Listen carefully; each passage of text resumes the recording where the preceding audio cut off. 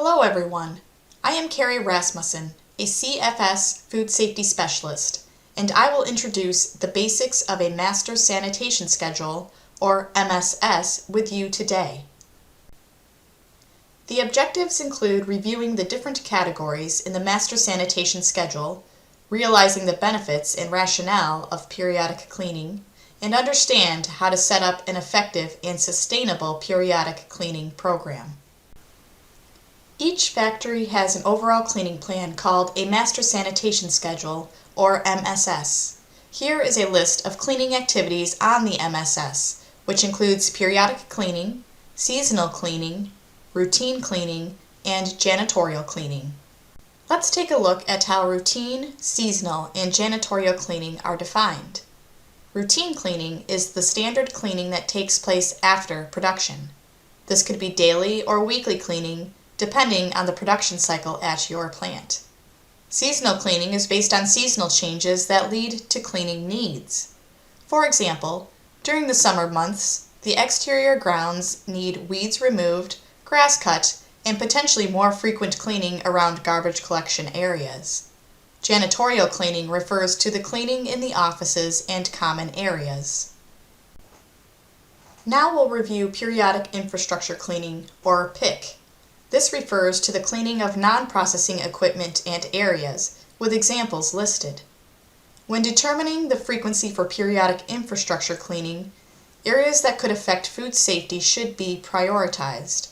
For example, overhead structures, such as HVAC systems and lights that are directly above open product, should be cleaned regularly to prevent dust and debris from falling onto product. Periodic equipment cleaning is essential cleaning for all processing equipment. Equipment must be opened up periodically to do a deeper clean. Examples of equipment that requires periodic deep cleaning is listed.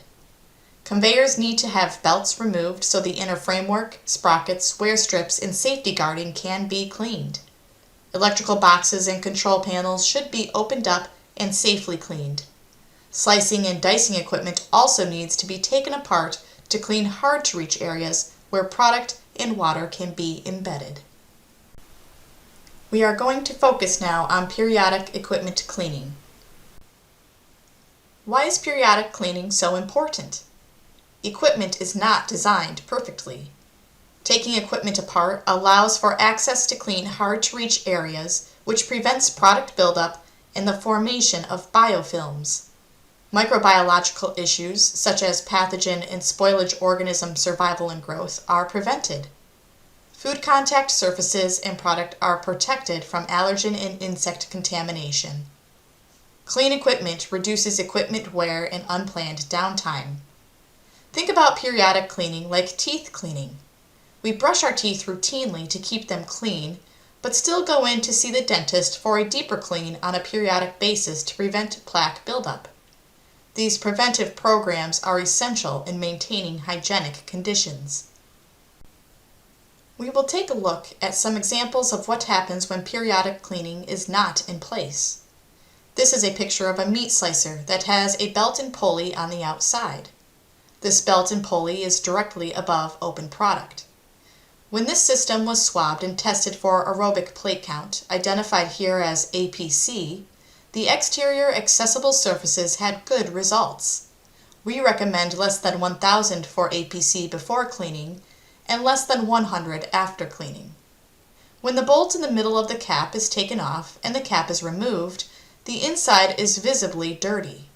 The swab results showed very high APC counts at 1.3 million. This part of the slicer was not removed periodically for cleaning, and during production, the buildup on the inside of the cap is able to leach out onto the product below. In this picture, we see the drive sprockets after the belt is removed from the conveyor.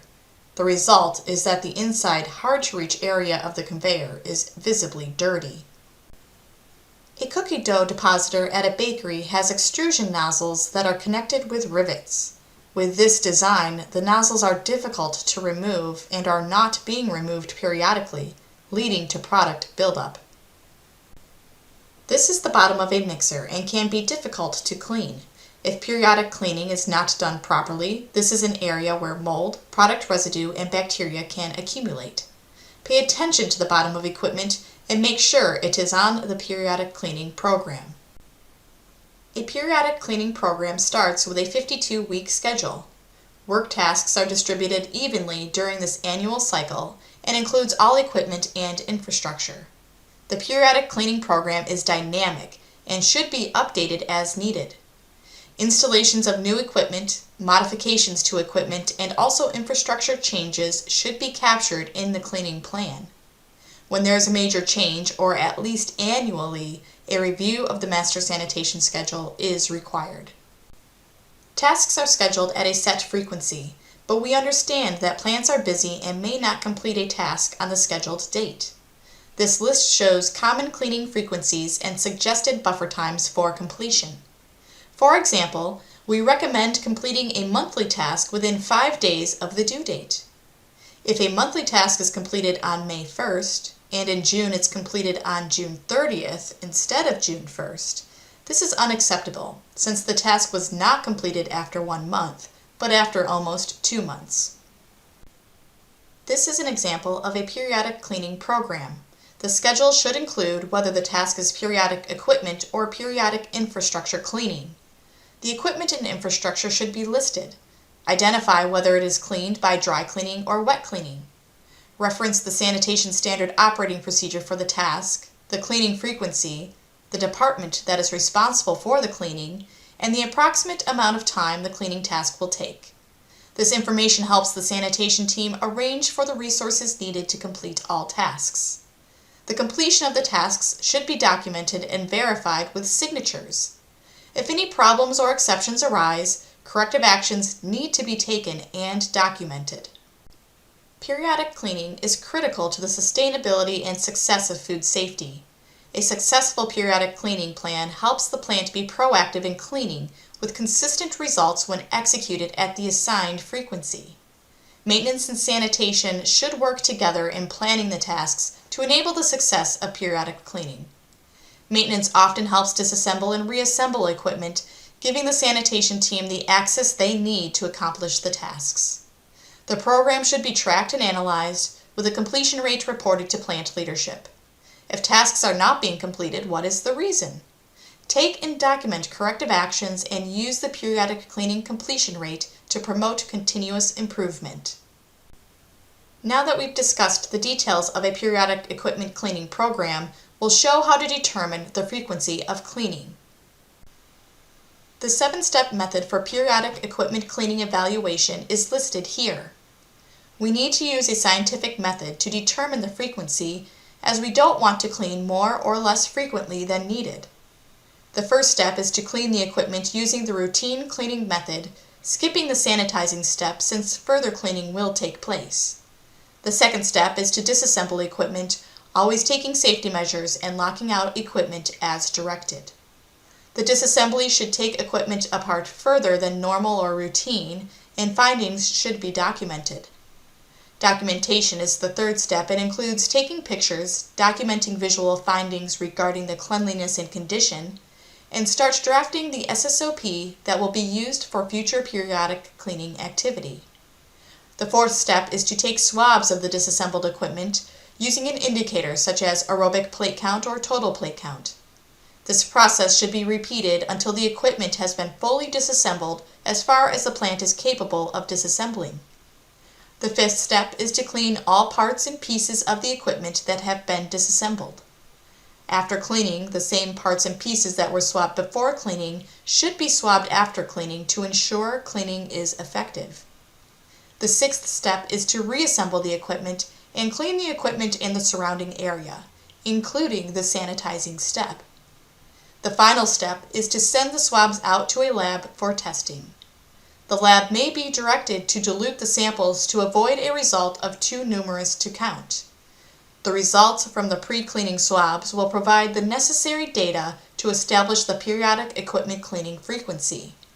When the pre-cleaning results are out of spec, the time frame between cleaning should be shortened until the frequency is adjusted to a point where the results are within spec. These are guidelines for the swabbing limits. This guidance is given by CFS based on industry experience. As with other swabbing activity, swabs should be taken prior to sanitizing. The swabbing should be performed by trained personnel and follow all swabbing guidelines. The target result for APC after cleaning is less than 100 CFU, which is colony forming unit, per swab, and the limit for pre-cleaned equipment is 1,000 CFUs. As mentioned, dilute the samples to avoid TNTC, which is too numerous to count. Use pictures and detailed descriptions of swab sites to generate a complete list of all sites that were swabbed. How do you know where to start to establish a cleaning frequency? A baseline will need to be established, and the frequency will depend on the product, process, and equipment. If the product being manufactured does not support the growth of spoilage microorganisms or pathogenic bacteria, cleaning may be required less frequently. If the product does support growth, cleaning may need to be more frequent. The design of the equipment and accessibility during routine cleaning also drives the frequency.